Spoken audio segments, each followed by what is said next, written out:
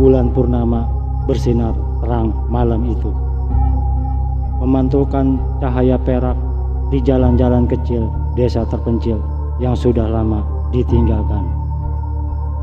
Suara jangkrik dan angin yang menerpa daun-daun pohon beringin tua menciptakan suasana yang mencekam. Suryadi, seorang penjual bakso keliling, mendorong gerobaknya dengan susah payah melalui jalan berkerikil, berharap malam ini bisa menjual beberapa mangkok lagi sebelum kembali ke rumah.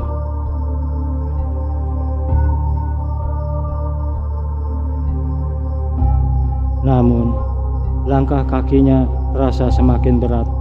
Ia merasa jalan yang ia tempuh seolah tidak berunjung. Meskipun ia sudah sangat familiar dengan setiap sudut desa, malam itu semuanya terasa berbeda.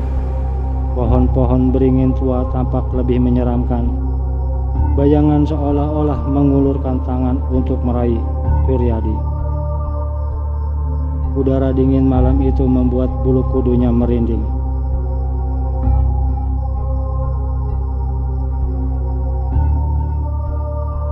Tiba-tiba Pak Suryadi menyadari bahwa ia telah berada di sebuah tempat yang tidak dikenalnya. Di depannya tampak sebuah gerbang bersih berkarat dengan tulisan Pemakaman Umum atau TPU. Jantungnya berdetak lebih cepat saat ia menyadari bahwa tanpa sengaja ia telah masuk ke area kuburan yang terkenal angker di desanya. Ia merasa ada sesuatu yang tidak beres, tapi rasa penasaran dan kelelahan membuat memutuskan untuk terus berjalan. Di dalam area pemakaman, suasana semakin mencekam. Batu nisan tua dan lapuk berdiri tegak di antara ilalang yang tinggi. Angin tertiup lebih kencang, menciptakan suara gemerisik yang seolah-olah berasal dari bisikan makhluk halus.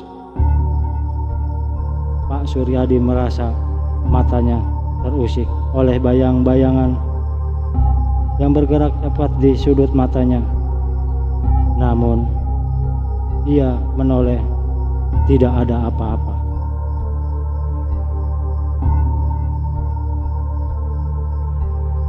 Ia berhenti di tengah pemakaman, mengatur napas dan mencoba menenangkan diri. Dalam hati, ia bertanya-tanya mengapa ia bisa tersesat sehingga sejauh ini. Dengan gemetar, ia membuka gerobaknya dan mulai mempersiapkan bakso. Mungkin pikirannya ada seseorang yang membutuhkan makan di sini.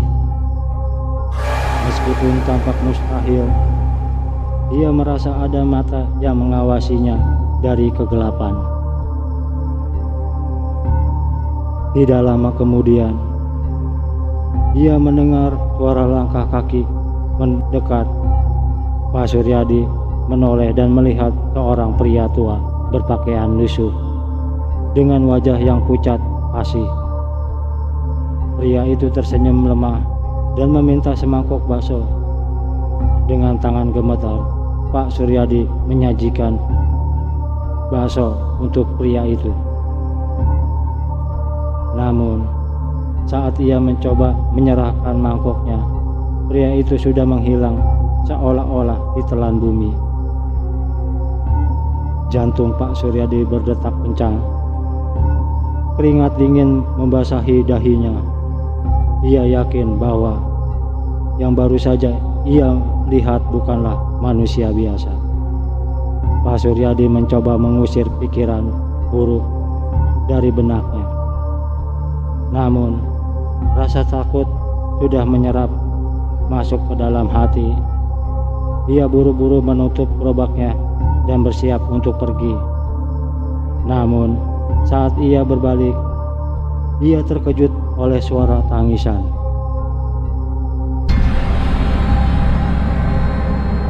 Tangisan itu datang dari arah sebuah makam tua yang tampak terabaikan. Dengan rasa takut yang bercampur penasaran, Pak Suryadi melangkahkan kakinya mendekati makam itu. Di sana, ia melihat seorang wanita muda duduk di atas batu nisan, menangis tersiak-siak. Pak Suryadi ragu sejenak, namun akhirnya memberanikan diri untuk mendekati wanita dan bertanya, "Ada apa, Nona?" Wanita itu mengangkat wajahnya. Matanya memerah, air mata mengalir di pipinya yang pucat. Dengan suara lirih, ia berkata, "Aku lapar, Pak. Tolong berikan bakso." Pak Suryadi merasakan dingin yang menusuk saat mendengar permintaan itu. Namun ia tetap menyajikan semangkok bakso dan memberikan kepada wanita tersebut. Wanita itu menerima bakso dengan tangan yang gemetar dan mulai memakannya.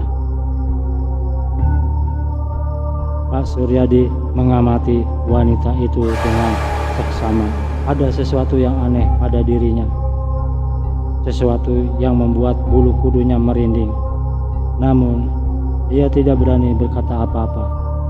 Setelah wanita itu selesai makan, ia menatap Pak Suryadi dengan mata yang penuh dengan rasa bersyukur dan berkata, "Terima kasih, Pak. Kamu telah menolongku." Lalu, wanita itu menghilang dalam kabut malam, meninggalkan Pak Suryadi yang tertegun. Pak Suryadi merasa kakinya lemas. Ia tidak bisa mempercayai apa yang baru saja terjadi. Rasa takut dan bingung bercampur aduk di dalam hatinya. Ia segera membereskan gerobaknya dan bergegas keluar dari pemakaman itu.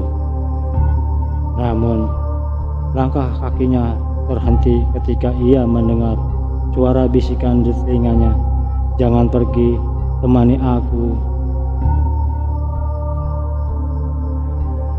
Dengan rasa takut yang memuncak, Pak Suryadi berlari sekuat tenaganya meninggal area pemakaman itu. Ia merasa seolah-olah ada sesuatu yang mengejarnya, sesuatu yang tak kasat mata namun sangat nyata. Setiap bayangan, setiap suara angin membuatnya merasa ada makhluk halus yang mengintainya. Setelah beberapa menit berlari tanpa henti, ia akhirnya berjumpa di jalan raya yang diterangi lampu jalan. Dengan nafas terengah-engah, Pak Suryadi berhenti dan melihat sekeliling. Tidak ada tanda-tanda kejaran makhluk halus itu. Ia berusaha menenangkan diri dan melanjutkan perjalanan pulang. Namun, bayang-bayangan di pemakaman itu terus menghantuinya. Setiap ia kali menutup mata, ia melihat wanita tua. Setiap ia menutup mata, ia melihat wajah wanita itu, pria tua, dan mendengarkan bisikan-bisikan yang memintanya untuk kembali. Malam itu Pak Suryadi sampai di rumah dengan perasaan yang campur aduk. Ia menceritakan pengalamannya kepada istrinya yang mendengarkan dengan cemas dan terkejut. Istrinya menyarankan untuk berdoa dan meminta perlindungan kepada Tuhan agar terhindar dari gangguan makhluk halus. Pak Suryadi mengikuti saran istrinya, berdoa dengan khusyuk dan memohon perlindungannya. Keesokan harinya, Pak Suryadi bangun dengan perasaan yang masih belum tenang. Bayang-bayang malam itu terus menghantuinya. Namun, ia memutuskan untuk tetap berjualan bakso seperti biasanya. Pak Suryadi berusaha menghilangkan rasa takut dengan berpikir positif. Ia berdoa sebelum memulai perjalanan dan berharap tidak akan mengalami hal yang sama lagi. Hari itu, penjualan bakso berjalan lancar. Tidak ada keanehan yang menimpanya. Namun, setiap kali malam tiba, Pak Suryadi merasa was-was. Ia tidak ingin melewati jalan yang sama lagi. Setiap kali ia mendekati area pemakaman itu, ia memilih untuk memutar balik dan mencari jalan lain meskipun jaraknya agak harus jauh. Minggu berminggu berlalu, dan Pak Suryadi perlahan mulai melupakan pengalaman menyeramkan itu. Namun, pada suatu malam, ketika ia sedang berjalan di dekat pasar malam, ia melihat seorang wanita yang sangat mirip dengan wanita yang ia temui di pemakaman. Wanita itu tersenyum kepadanya, dan Pak Suryadi merasakan dingin yang sama seperti malam itu. Wanita itu mendekati dan berkata, "Terima kasih Pak atas baksonya. Kamu telah menyelamatkan jiwaku." Pak Suryadi terkejut dan tidak tahu harus berkata apa-apa. Wanita itu kemudian menghilang di kerumunan pasar malam. Meninggalkan Pak Suryadi yang terdiam, dia merasa bahwa pengalaman malam itu adalah nyata dan bahwa ia telah membantu makhluk halus yang tersesat. Semenjak itu, Pak Suryadi merasa ia memiliki kewajiban untuk membantu sesama yang membutuhkan, baik itu manusia maupun makhluk halus. Dia selalu membawa bekal lebih dalam gerobaknya, berjaga-jaga jika suatu saat nanti ada jiwa-jiwa lain yang membutuhkan bantuannya.